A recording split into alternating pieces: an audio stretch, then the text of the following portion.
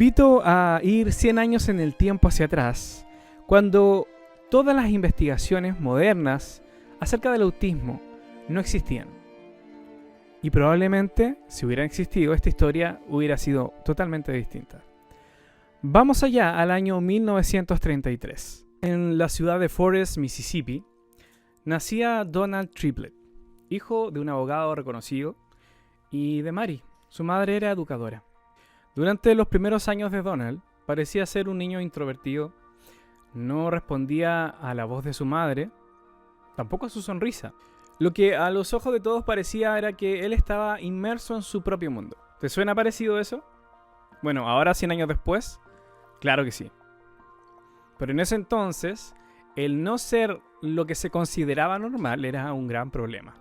Mientras otros niños jugaban, se reían, sociabilizaban como era lo esperado, Donald no lo hacía. Se mantenía aparte, distante de forma aparente con los demás niños.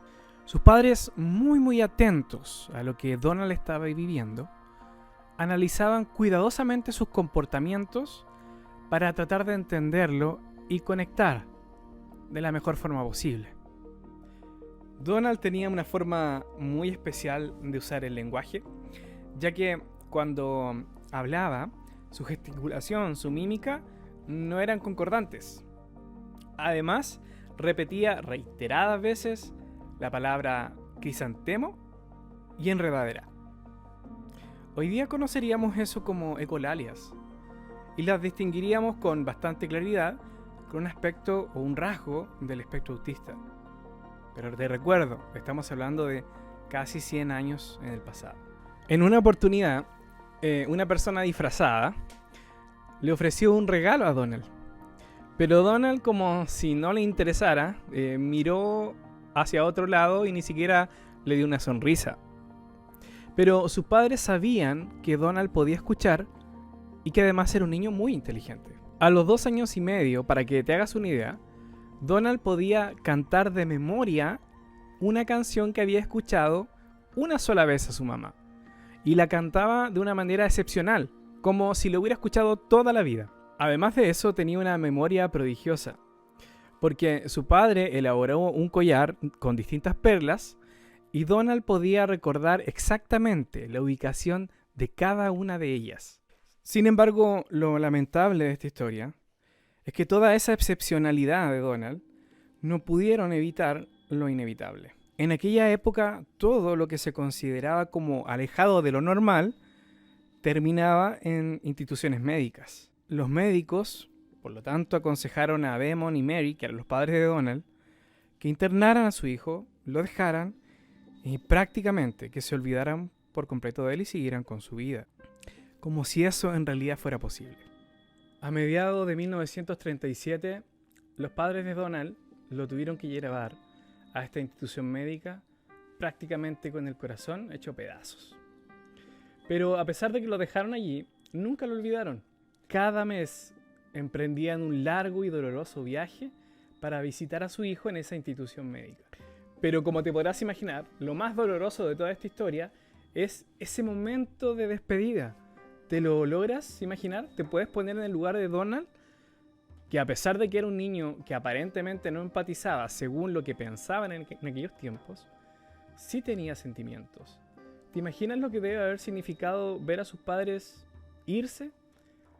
¿Los que consideraba probablemente las personas seguras?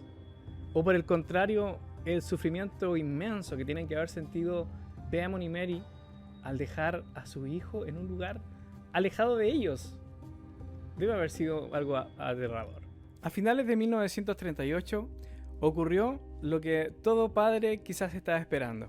Definitivamente no pudieron soportar la separación y decidieron traerse a Donald a la casa a pesar de cualquier contraindicación médica que pudiera haber existido en ese entonces.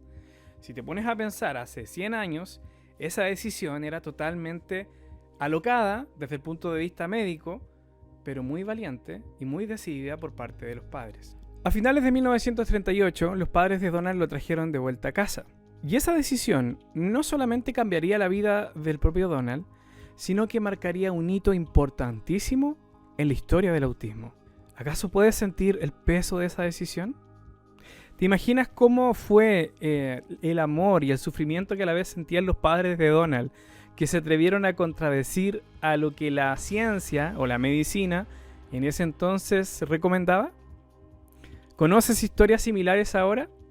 Te quiero leer en los comentarios. Como les contaba, a finales del año 1938, los padres de Donald decidieron finalmente llevarlo a casa.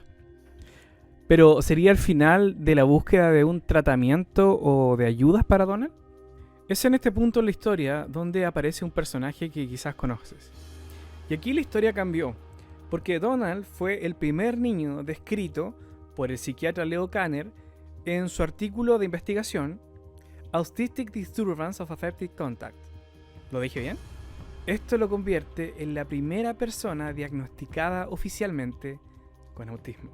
Fue fundamental para la primera descripción científica del autismo, en el año 1943. Pero, ¿qué es exactamente el autismo? Bueno, el autismo se describe como una afección del neurodesarrollo que presenta desafíos en la comunicación, en las interacciones sociales, junto a otras características. Pero bueno, eso lo sabemos hoy día. En el tiempo de Donald no se tenía esa comprensión tan completa respecto a lo que es el autismo. Ahora bien, ¿qué sucedió con el protagonista de nuestro video de hoy?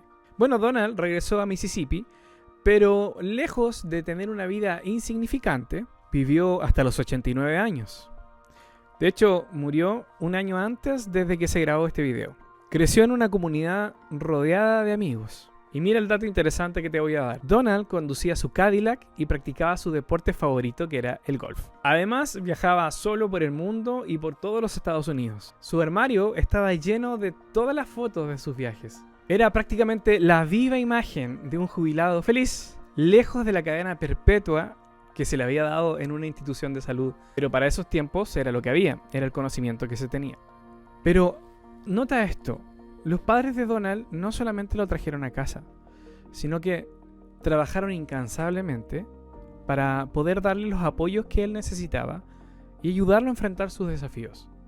Le enseñaron a cuidarse, a comunicarse de manera efectiva, y gracias a este apoyo fue que Donald pudo asistir a la secundaria e incluso a la universidad, aprobando ramos como matemáticas, francés, sin ningún problema.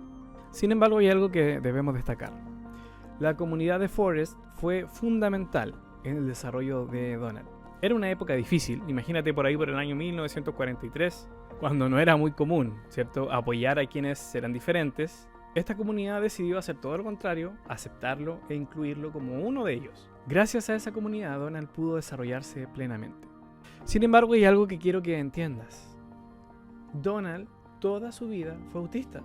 Eso nunca cambió.